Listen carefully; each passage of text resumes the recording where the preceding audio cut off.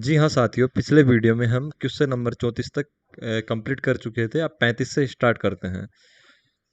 Question number 35, वारी शब्द से शुद्ध रूपम नास्ति। तो वारी शब्द चलते हैं किस तरीके से? वारी शब्द चलते हैं वारी, वारिणी, वारिणी, वारिणी प्रथमा। इस तरीके से प्रथमा में चलते हैं। ठीक है, तो यह है वारी शब्द है इकारांत नपुंसकलिंग। ठीक है, तो इकारांत नपुंसकलिंग वारी शब्द के रूप इस तरीके से चलते हैं वारी, वारिणी, वारिणी प्रथमा, वारी, वारिणी, वारिणी द्वितीया। ठीक है, तो ये वाला इसमें आ रहा है। कौन सा वाला इसको मैच करना है कि कौन कौन सा यहाँ पे मैच हो रहा है। ये आ गया यहाँ पे। ठीक है, वारिणी ये वाला आ गया यहाँ पे। ठीक है, और ये वारिणी जो यहाँ पे है, ये वाला वारिणी सप्तमी एक वचन में होता है। जैसे पितृ शब्द चलता है पिता शब्द में, पितृ। ठीक है, इस तरीके से मातृ, मातरी, इस तरीके से है। ठीक है, इस तरीके से वारिणी इसमें चलता है। ठीक है, ये वाली मात्रा आती है इसमें, ये वाली। ठीक है, न कि ये वाली। ठीक है, तो ये वाला शब्द पॉसिबल है वारी शब्द में, ये वाला शब्द है और ये वाला। जैसा कि हमने वारी शब्द का वीडियो डाल रखा है, उसमें भी हमने ये अलग से बताया था। ये तीनों शब्द पॉसिबल है, लेकिन ये शब्द बनता ही नहीं है वारी शब्द में। तो ये वाला इसका आंसर हो जाएगा। कौन सा नहीं बनता है? ये वाला नहीं बनता है। इसमें दोनों एक साथ, दोनों मात्राएं क्या नहीं होगी? दीर्घ नहीं होगी। ठीक है, ये आपको ध्यान रखना है। तो ये वाला ऑप्शन करेक्ट है। अब चलते हैं 36 क्वेश्चन नंबर की तरफ। धेनु शब्द से चतुर्थे, चतुर्थी व्यक्ति एक वचनम रूपम किम रूपम। ठीक है, किम रूपम। धेनु शब्द की चतुर्थी व्यक्ति एक वचन का रूप कौन सा होगा? तो मैंने क्या बताया था आपको? सीधा ट्रिक बताया। धेनु शब्द कौन सा है? फर्स्ट बात तो ये स्त्रीलिंग है। ठीक है, और ये पूछ क्या रहा है? चतुर्थी व्यक्ति एक वचन रूप। तो उसका मैंने बताया था आपको, पीछे पीछे क्या आ जाए? मई और यही। ठीक है, मई आएगा तो ये पुल्लिंग होगा, यही आएगा तो स्त्रीलिंग होगा। यहाँ पे इन दोनों से कोई सा भी नहीं है। ठीक है, लेकिन पीछे आई की मात्रा आए तो ये चतुर्थी व्यक्ति एक वचन ही होगा। ठीक है, मई यही, तो ये पीछे आई की मात्रा आ जाए। ठीक है, ये वाली। तो इसमें किस में आई की मात्रा आ रही है? वैसे धेनु धेनु शब्द रूप आप पढ़ भी सकते हैं, ये तृतीया में होगा। ठीक है, और ये वाला इसका आंसर होगा। ठीक है, ये वाला करेक्ट होगा इसमें आंसर, धेनुई। ठीक है, और ये शब्द रूप सारणी की ट्रिक के अनुसार हम इसको सोल्व कर रहे हैं, और धेनु शब्द रूप भी आप याद कर सकते हैं, उनके अनुसार भी आप इनको सोल्व कर सकते हैं। शब्द रूप सारणी का वीडियो जैसे कि मैंने बताया था यूट्यूब पे हमने डाल रखा है, 30 सेकंड का वीडियो। केवल आप उस सारणी को बिल्कुल एकदम से आत्मसात कर लेंगे, सभी शब्द रूप आप आसानी से सोल्व कर पाएंगे। क्वेश्चन नंबर 37 पे चलते हैं। क्वेश्चन नंबर 37 क्या बोलता है? सर्व शब्द से पंचमी एक वचन रूप किम रूपम। ठीक है, सर्व शब्द का पंचमी एक वचन रूप कौन सा है? ठीक है, तो सर्व शब्द का पंचमी एक वचन रूप होगा ये वाला है, सर्वस्मात। ठीक है, जो राम शब्द है उनकी तरह एजीटी चलते हैं सर्व शब्द, तो रामात, तो उस तरीके से सर्वस्मात। ठीक है, सर्वस्मात, सर्वभ्याम, सर्वेभ्य पंचमी। ठीक है, इस तरीके से पंचमी विभक्ति एक वचन रूप यहाँ पे पूछा हुआ है, तो ये वाला आंसर करेक्ट होगा हमारा। ठीक है, ये बहुवचन में हो जाएगा, और ये होगा ही नहीं है यहाँ पे। ये वाला चतुर्थी विभक्ति एक वचन का रूप हो जाएगा। ठीक है, इस तरीके से यहाँ पे जो हमारा आंसर होगा अ होगा, सर्वस्मात होगा, पंचमी विभक्ति एक वचन रूप। अब चलते हैं क्वेश्चन नंबर 38 की तरफ। स्त्री शब्दस्य संबोधने एक वचनम किम रूपम अस्ति। स्त्री शब्द का संबोधन का एक वचन रूप कौन सा होगा? मैंने संबोधन वाली आपको जो शॉर्ट ट्रिक बता रखी है, जहां पे दीर्घ दिख जाए वो नहीं होगा। ठीक है, यहाँ पे भी ई दीर्घ है, नहीं होगा। यहाँ पे भी ई दीर्घ है, नहीं होगा। ठीक है, अब एक चीज और यहाँ पे अब कंफ्यूजन हो गया, ब और द में से एक आएगा। अब कौन सा आएगा ये अपन को पता करना है। ठीक है, तो मैंने ये बताया था कि मैक्सिमम केस में विसर्ग पीछे नहीं आता, संबोधन एक वचन में कुछ ही रूप होते हैं बाई चांस उनमें आता है। ठीक है, तो मैक्सिमम केस के अनुसार अपन इसको लगाएंगे, तो ये वाला ऑप्शन करेक्ट होगा, है स्त्री। तो ध्यान रखना आपको, ये वाला ऑप्शन करेक्ट होगा। अब चलते हैं 39वें नंबर क्वेश्चन की तरफ। 39वां नंबर क्वेश्चन क्या कहता है? वधु शब्दस्य संबोधने एक वचन रूप किम? वधु शब्द का संबोधन एक वचन रूप कौन सा होगा? वही वाली ट्रिक लगानी है कि क्या नाम है, ऊ की बड़ी मात्रा आने से तो रही, ठीक है, तो जहां पे वधु दिख जाए वो तो आएगा ही नहीं, क्योंकि ये संबोधन का नियम है, एक वचन का संबोधन, एक वचन का, कि दीर्घ आता ही नहीं है, उसको लेके कहां से आए, तो ये गलत हो जाएगा, ठीक है, और ये वाला भी दीर्घ गलत हो जाएगा। अब ये बचे दो ऑप्शन, इनमें से कौन सा है? जिस तरीके से हमने ऊपर वाले में लगाया था कि मैक्सिमम केस में क्या आता है, विसर्ग पीछे नहीं आता है, ठीक है, तो विसर्ग वाला कैंसिल हो जाएगा और इसका आंसर होगा द हे वधु। ठीक है, आपको इस तरीके से ध्यान रखना है। अब चलते हैं क्वेश्चन नंबर 40 पर। बिल्कुल इजी ट्रिक था, आपको माइंड में सेट कर लेना चाहिए।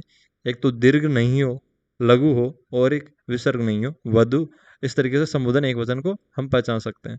40वां क्वेश्चन है अस्मत् शब्दस्य।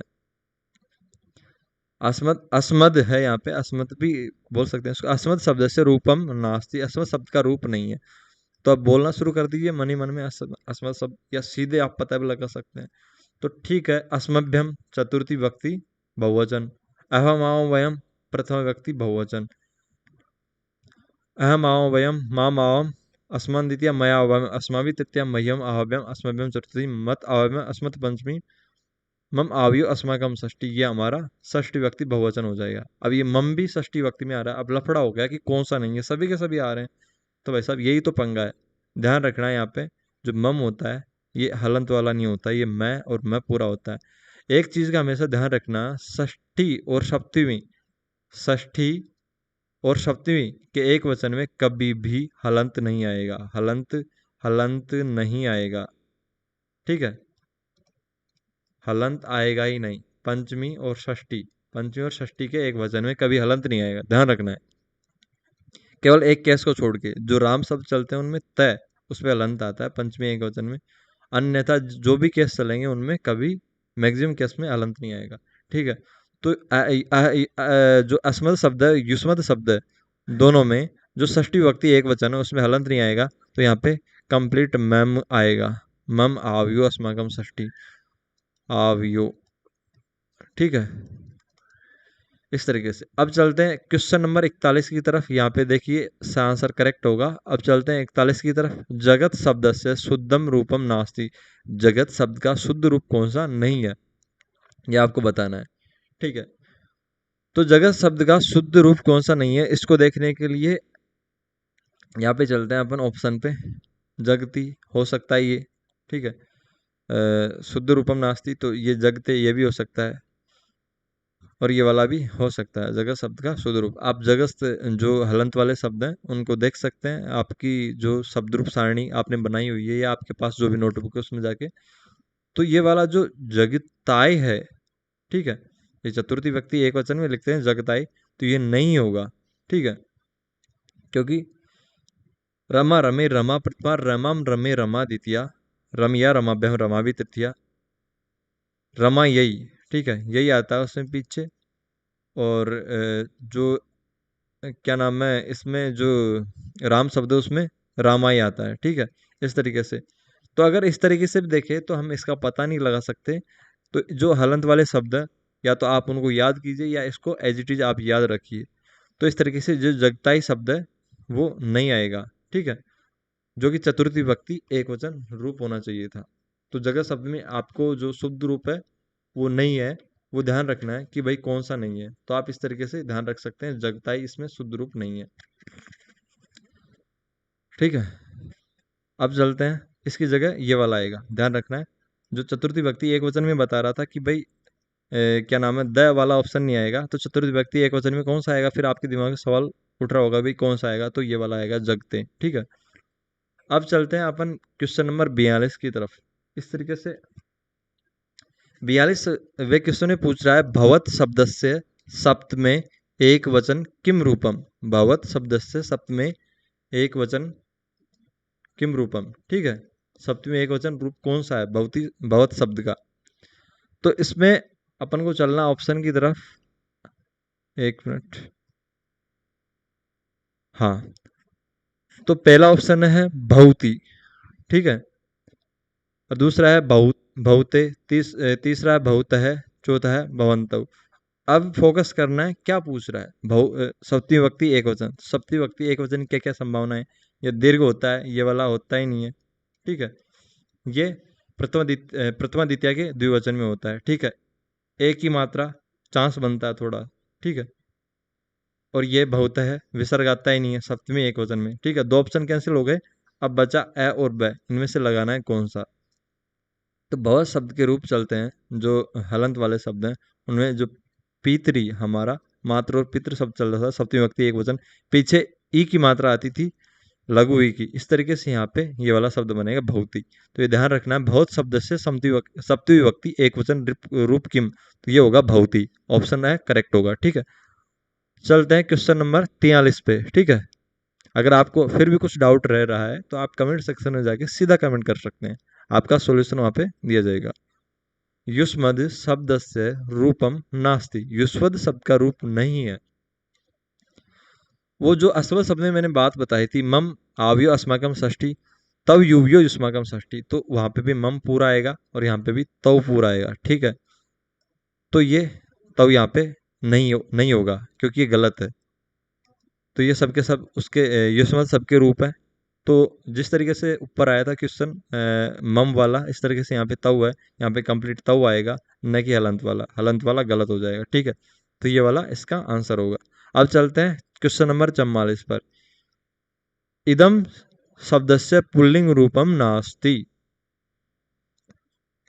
पुल्लिंग रूप कौन सा नहीं है। तो मैंने आपको क्या बताया था, जहाँ पे आ दिख जाए, ठीक है, आ दिख जाए, मैक्सिमम चांस वहां पे स्त्रीलिंग के होते हैं। यहाँ पे कौन से में आ दिख रहा है, मतलब यहाँ पे पूछ रहा क्या चाह रहा है, पुल्लिंग रूप नास्ति मतलब स्त्रीलिंग रूप होगा फिर।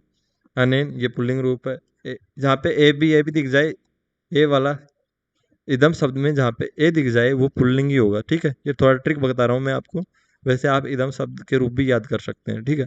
तो ये भी पुल्लिंग का होगा, ये भी पुल्लिंग का होगा, ये भी पुल्लिंग का होगा, ये स्त्रीलिंग का होगा, ठीक है। तो option number A is correct answer. अब चलते हैं क्वेश्चन नंबर 45 की तरफ। क्वेश्चन नंबर 45 में कहा गया है इदम शब्दस्य स्त्रीलिंग रूपम नास्ति, इदम शब्द का स्त्रीलिंग रूप कौन सा नहीं है, ठीक है। अब चलते हैं अपन ऑप्शन की तरफ, ठीक है। तो इसमें होगा, अपन चलते हैं ऑप्शन से, स वाला ऑप्शन देखते हैं। तो आ रहा है, ये तो होगा 100% इदम शब्द का स्त्रीलिंग रूप, ठीक है। ये आई एम जो पुल्लिंग रूप होता है इदम शब्द का, आई एम से चलता है, ठीक है। पुल्लिंग रूप में प्रथमा एक वचन अयम होता है, और स्त्रीलिंग में प्रथमा एक वचन यम होता है, ठीक है। ये ध्यान रखना आपको, ठीक है। तो ये वाला भी होगा स्त्रीलिंग रूप में, क्योंकि स्त्रीलिंग रूप में प्रथमा एक वचन यम होता है, तो ये वाला भी होगा। इस तरीके से इमाम, ये वाला भी स्त्रीलिंग रूप होगा, लेकिन जो इमम है ये वाला स्त्रीलिंग रूप नहीं होगा, ठीक है, ये वाला। तो इसका आंसर होगा द ऑप्शन, ये आपको ध्यान रखना है, ठीक है। आगे चलते हैं क्वेश्चन नंबर 46 पर। थोड़ा गला सूख रहा है, एक मिनट।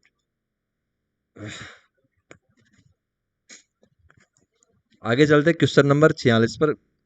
46वें में अधोलिखितेषु कस्य संबोधनम नास्ति, मतलब जो नीचे लिखे हुए हैं उनमें किसका संबोधन नहीं होता है। तो आपको ये सीधा पता ही होगा कि जो एक शब्द चलते हैं उनका संबोधन नहीं होता। तो इसका आंसर हो जाएगा एक, ठीक है। अब चलते हैं आगे। तद शब्दस्य रूपम नास्ति, तद शब्द के रूप कौन कौन से नहीं है, क्या आपको इसमें बताना है, ठीक है। तो देखकर ही वैसे ही पता लग रहा है, ते तद शब्द में आता है, ता शब्द तद शब्द में आता है, तई तद शब्द में आता है, लेकिन ए भी जो है वो इदम शब्द का है, इदम शब्द का रूप है, ठीक है। तो ये इसका आंसर होगा a b is correct answer, a b, ठीक है, द ऑप्शन।